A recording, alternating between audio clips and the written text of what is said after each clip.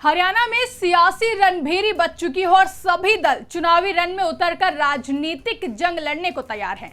सभी पार्टी के नेताओं ने अपनी अपनी कमान से जुबानी तीर चलाना शुरू कर दिया है और निशाने पर 5 अक्टूबर को होने वाले विधानसभा चुनाव हैं, जिसके लिए सभी पार्टियों ने एक दूसरे पर आरोपों के बाढ़ छोड़ना भी शुरू कर दिया है। तो कैसा है हरियाणा में इस वक्त चुनावी माहौल और कौन किसको कर रहा है टारगेट, बताएंगे अपनी इस रिपोर्ट में। नमस्कार, मैं आकांक्षा और आप देख रहे हैं इंडिया पब्लिक खबर।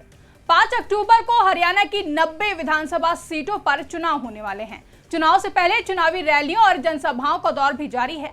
साथ ही सभी दलों के बीच आरोप प्रत्यारोप का सिलसिला भी जारी है। प्रधानमंत्री नरेंद्र मोदी हो या कांग्रेस सांसद राहुल गांधी या फिर आम आदमी पार्टी के संयोजक अरविंद केजरीवाल, सभी नेता हरियाणा में जनसभाओं के जरिए जनता के बीच पहुंचने का काम कर रहे हैं और तरह तरह के वादे, दावे और अपनी विरोधी पार्टियों पर निशाना साध रहे हैं। सबसे पहले जान लीजिए कि किसने क्या कहा। दरअसल हरियाणा में पिछले 10 साल से भाजपा की सरकार है और भाजपा अब तीसरी बार फिर से हरियाणा में डबल इंजन की सरकार बनाने के लिए जद्दोजहद में लगी हुई है, जिसके चलते पार्टी के छोटे से छोटे कार्यकर्ता समेत देश के प्रधानमंत्री नरेंद्र मोदी भी हरियाणा की जनता के बीच पहुंचकर जनसभाएं कर रहे हैं। इसी कड़ी में बीते दिनों हरियाणा गए पीएम मोदी ने जनसभा को संबोधित करते हुए कांग्रेस पर जमकर प्रहार किया था। वहीं बीते कल भी प्रधानमंत्री नरेंद्र मोदी ने नमो ऐप के जरिए हरियाणा बीजेपी कार्यकर्ताओं से बातचीत करते हुए आगामी राज्य चुनावों के लिए बूथ स्तर पर फील्ड वर्क पर चर्चा की और उन्हें चुनाव जीतने के लिए पार्टी के लिए रणनीति तैयार करने के लिए प्रोत्साहित किया। साथ ही विपक्ष पर निशाना साधते हुए कहा कि चुनाव में हमारे खिलाफ लड़ने वालों का पूरा आधार झूठ है। वे बार बार झूठ बोलते हैं, उनकी बातों का कोई मतलब नहीं होता है और वे माहौल खराब करते हैं। पीएम मोदी ने कहा कि इन दिनों कांग्रेस के लाउडस्पीकर जो पहले बड़े बड़े दावे करते थे वे कमजोर पड़ गए हैं। कुछ लोग कह रहे हैं कि कांग्रेस हर दिन कमजोर होती जा रही है। पिछले 10 साल में कांग्रेस विपक्ष के तौर पर भी विफल रही है। उन्होंने आगे कहा कि पार्टी 10 साल तक लोगों के मुद्दों से दूर रही। ऐसे लोग हरियाणा के लोगों का विश्वास कभी नहीं जीत सकते। पीएम मोदी ने आगे कहा कि युवाओं को बिना पर्ची और खर्ची की नौकरी मिली है, इसलिए हरियाणा की जनता हमारे साथ है, उनका आशीर्वाद हमारे साथ है और हमारी जीत निश्चित है। वहीं हरियाणा पहुंचे कांग्रेस सांसद राहुल गांधी ने भी एक बार फिर संविधान का मुद्दा उठाते हुए भाजपा पर निशाना साधा और कहा कि बीजेपी वाले संविधान पर हमला कर रहे हैं। हिंदुस्तान में किसकी कितनी आबादी है हम उसे चेक करने के लिए कहते हैं। आरएसएस कहती है कि जाति जनगणना करनी चाहिए, लेकिन अंदर से मना कर देती है।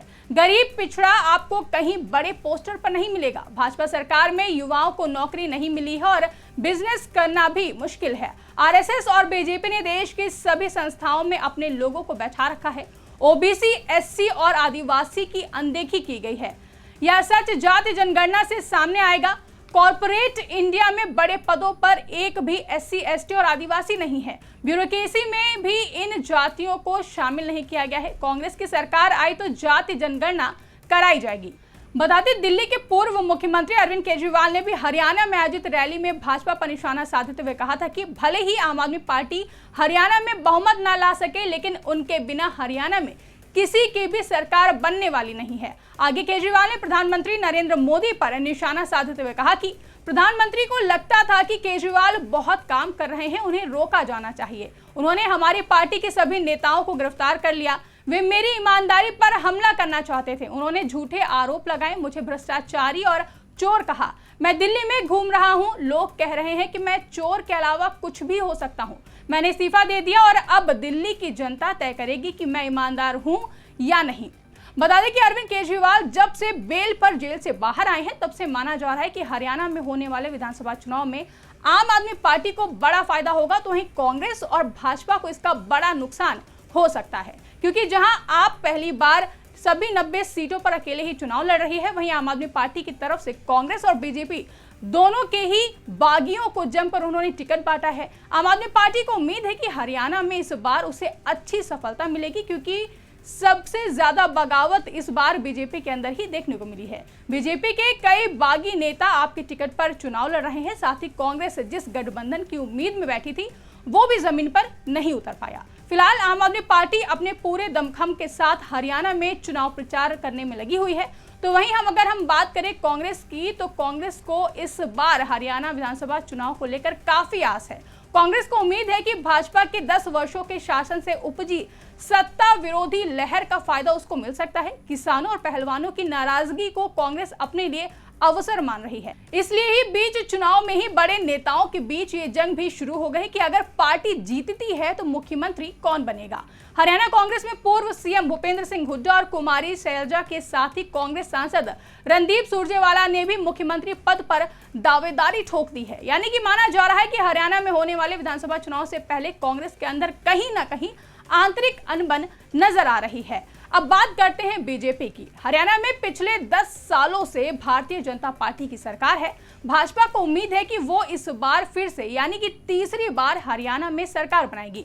लेकिन तीसरी बार सरकार बनाने की भाजपा की ये राह आसान नहीं होने वाली है, क्योंकि हरियाणा के किसानों में भाजपा सरकार के खिलाफ नाराजगी है। और इसी बीच भाजपा सांसद कंगना रनौत ने सरकार द्वारा वापस लिए गए 3 कृषि कानूनों को वापस से लागू करने की मांग करते हुए उन्होंने एक बड़ा बयान दे दिया है, जिससे एक बार फिर राजनीति गर्मा गई है। दरअसल कंगना ने कहा कि मुझे पता है कि यह बयान कंट्रोवर्शियल हो सकता है, लेकिन 3 कृषि कानूनों को वापस लिया जाना चाहिए। किसानों को खुद इसकी मांग करनी चाहिए ताकि उनकी समृद्धि में कोई रुकावट नहीं रहे। वहीं कंगना रनौत के बयान पर भाकियू नेता राकेश टिकैत ने पलटवार करते हुए यह भी कह दिया कि कंगना में बचपना बहुत है और उनके बयान से भाजपा को नुकसान होगा। हालांकि उधर कंगना ने यह साफ कर दिया है कि ये उनका निजी बयान है, उनका बयान पार्टी का रुख नहीं है।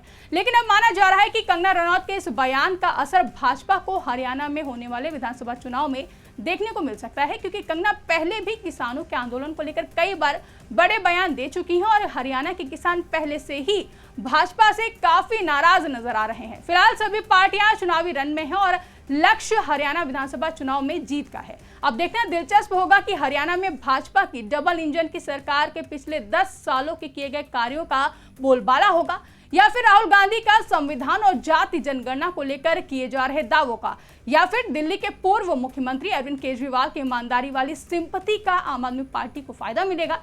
ये तो 8 अक्टूबर को हरियाणा विधानसभा चुनाव के जब नतीजे आएंगे उस दिन पता चलेगा। फिलहाल आपको क्या लगता है, कौन होगा हरियाणा का अगला मुख्यमंत्री? कमेंट करके हमें जरूर बताएं। साथ ही अगर अभी तक हमारे YouTube चैनल को सब्सक्राइब नहीं किया है तो चैनल को सब्सक्राइब कर लें और बेल आइकन को प्रेस करना ना भूलें।